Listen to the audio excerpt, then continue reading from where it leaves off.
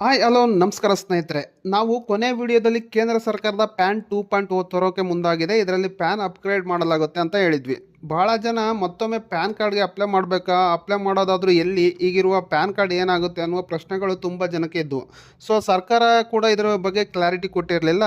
ಮುಂದೆ ಹೇಗೆ ಅಪ್ಲೈ ಮಾಡಬೇಕು ಅಂತಲೂ ಕೂಡ ಈಗ ಕೇಂದ್ರ ಸರ್ಕಾರದಿಂದ ಒಂದು ಕ್ಲಾರಿಟಿ ಸಿಕ್ಕಿದೆ. ಹಾಗಾಗಿ ಈ ವಿಡಿಯೋದಲ್ಲಿ ಈ ಎಲ್ಲ ಪ್ರಶ್ನೆಗಳನ್ನು ಕ್ಲಿಯರ್ ಮಾಡ್ತಾ ಇದ್ದೀವಿ. ಸೊ ಪ್ಯಾನ್ 2.0ಗೆ ಅಪ್ಲೈ ಮಾಡೋದು ಹೇಗೆ ಅನ್ನೋದನ್ನು ಸ್ಟೆಪ್ ಬೈ ಸ್ಟೆಪ್ ಎಕ್ಸ್ಪ್ಲೇನ್ ಮಾಡ್ತೀನಿ. ಹಾಗೆ ಕಾರ್ಡ್ ಎಲ್ಲಿ ಸಿಗುತ್ತೆ, ಈಗಿರುವ ಕಾರ್ಡ್ ವ್ಯಾಲಿಡ್ ಹೌದಾ ಅಥವಾ ಇಲ್ಲ ಎನ್ನುವುದನ್ನು ಕೂಡ ಈ ವಿಡಿಯೋದಲ್ಲಿ ಎಕ್ಸ್ಪ್ಲೇನ್ ಮಾಡ್ತೇನೆ. ಹಾಗಾಗಿ ಈ ವಿಡಿಯೋನ ಎಲ್ಲೂ ಸ್ಕಿಪ್ ಮಾಡದೆ ಕೊನೆ ತನಕ ನೋಡಿದರೆ ನಿಮಗೆ ಸಂಪೂರ್ಣವಾದ ಮಾಹಿತಿ ಸಿಗುತ್ತೆ. ಹಾಗೆ ನೀವಿನ್ನೂ ನಮ್ಮ ಚಾನಲ್ನ ಸಬ್ಸ್ಕ್ರೈಬ್ ಆಗಿಲ್ಲ ಅಂದರೆ ಈಗಲೇ ಸಬ್ಸ್ಕ್ರೈಬ್ ಆಗಿ, ಹಾಗೆ ಪಕ್ಕದಲ್ಲಿ ಬರುವ ಬೆಲ್ ಐಕನ್ನ ಕ್ಲಿಕ್ ಮಾಡಿ ಫ್ರೆಂಡ್ಸ್. ಹಾಗೆ ಈ ವಿಡಿಯೋ ಇಷ್ಟ ಆದರೆ ದಯವಿಟ್ಟು ಒಂದು ಲೈಕನ್ನು ಮಾಡೋದನ್ನು ಮರಿಬೇಡಿ ಫ್ರೆಂಡ್ಸ್. ನೋಡಿ, ನಿಮಗೆ ಫಿಸಿಕಲ್ ಮತ್ತು ಡಿಜಿಟಲ್ ಫಾನ್ ಎರಡೂ ಕೂಡ ನಿಮಗೆ ಸಿಗುತ್ತೆ. ಸೊ ಪ್ಯಾನ್ 2.0ಗೆ ಜಾರಿಗೆ ತಂದಾಗಿನಿಂದ ಜನರಿಗೆ ಚಿಂತೆ ಏನಪ್ಪ ಅಂತಂದರೆ, ಹೊಸ ಕಾರ್ಡ್ಗೆ ಅಪ್ಲೈ ಮಾಡಬೇಕಾ, ಹಳೆ ಕಾರ್ಡ್ ಏನಾಗುತ್ತೆ ಅನ್ನೋದನ್ನು ತುಂಬ ಜನಕ್ಕೆ ಗೊಂದಲ ಇದೆ. ಸೊ ಹಾಗಾಗಿ ಇದರ ಬಗ್ಗೆ ಮೊದಲು ತಿಳ್ಕೊಳ್ಳೋಣ. ನಾವು ಮೊದಲು ವಿಡಿಯೋದಲ್ಲಿ ತಿಳಿಸಿದ್ವಿ ಹೊಸ ಪ್ಯಾನ್ ಕಾರ್ಡ್ಗೆ QR ಕೋಡ್ ಇರುತ್ತೆ ಅಂತ. ಆದರೆ ಆದಾಯ ತೆರಿಗೆ ಇಲಾಖೆ ಕ್ಲಾರಿಫೈ ಮಾಡಿರುವ ಪ್ರಕಾರ QR ಕೋಡ್ ಇಲ್ಲದಿರುವ ಹಳೆ ಪ್ಯಾನ್ ಕೂಡ ಇರುತ್ತೆ. ಅದೇನು ಇನ್ವ್ಯಾಲಿಡ್ ಆಗಲ್ಲ, ಅದು ಕೂಡ ವ್ಯಾಲಿಡ್ ಆಗಿಯೇ ಇರುತ್ತೆ. ಅದರ ಅರ್ಥ ಈಗ ಬಳಸುತ್ತಿರುವ ಏನು ಪ್ಯಾನ್ ಕಾರ್ಡ್ ಇದೆಯೋ ಅದನ್ನು ಕೂಡ ಕಂಟಿನ್ಯೂ ಮಾಡ್ಬೋದು, ಅದನ್ನು ಏನು ಪ್ರಾಬ್ಲಮ್ ಆಗಲ್ಲ ಅಂತಲೂ ಕೂಡ ಇನ್ಕಮ್ ಟ್ಯಾಕ್ಸ್ ಡಿಪಾರ್ಟ್ಮೆಂಟ್ ತಿಳಿಸಿದೆ. ಆದರೆ ನೀವು ಮಾಡಬೇಕಾಗಿರೋದು ಏನಪ್ಪ ಅಂತಂದರೆ, ಹಳೆ ಪ್ಯಾನ್ ಇರ್ತಕ್ಕಂಥವ್ರು ಆನ್ಲೈನ್ನಲ್ಲಿ ಪ್ಯಾನ್ ಕಾರ್ಡ್ ಅಪ್ಗ್ರೇಡ್ ಮಾಡ್ಕೊಳ್ಬೋದು. ನಿಮ್ಮ ಇಮೇಲ್ ID ಗೆ ಅಪ್ಗ್ರೇಡ್ ಪ್ಯಾನ್ ಕಾರ್ಡ್ ಬರುತ್ತೆ.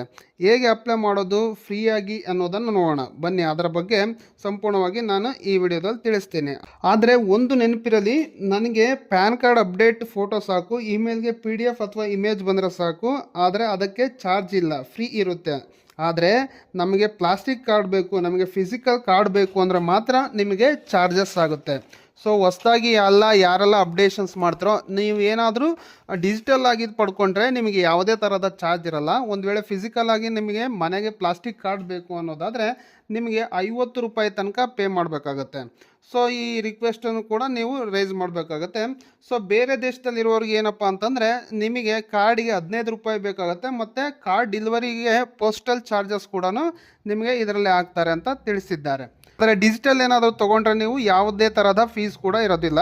ಸೊ ನಿಮಗೆ ಡಿಜಿಟಲ್ ಬೇಕಾದರೆ ಡಿಜಿಟಲ್ಗೆ ಅಪ್ಲೈ ಮಾಡ್ಕೊಳ್ಬೋದು, ಅಥವಾ ಫಿಸಿಕಲ್ ಬೇಕಾದರೆ ಫಿಸಿಕಲ್ಗೆ ಅಪ್ಲೈ ಮಾಡ್ಕೊಳ್ಬೋದು. ಎರಡೂ ಕೂಡ ಸೇಮ್ ವ್ಯಾಲಿಡ್ ಆಗಿರುತ್ತೆ, ಅದರಲ್ಲಿ ಯಾವುದೋ ಡಿಫ್ರೆನ್ಸ್ ಇರೋದಿಲ್ಲ.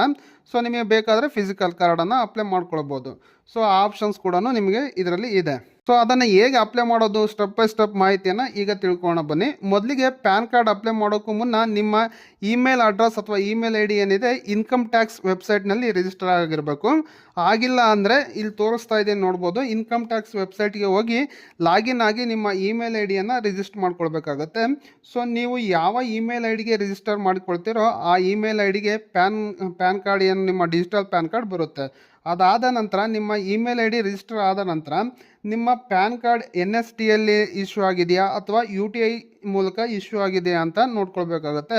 ಇದು ನಿಮ್ಮ ಪ್ಯಾನ್ ಕಾರ್ಡ್ನ ಹಿಂದೆ ಬರೆದಿರುತ್ತೆ, ಸೊ ಯಾರು ಇಶ್ಯೂ ಮಾಡಿರೋದು ಅಂತ.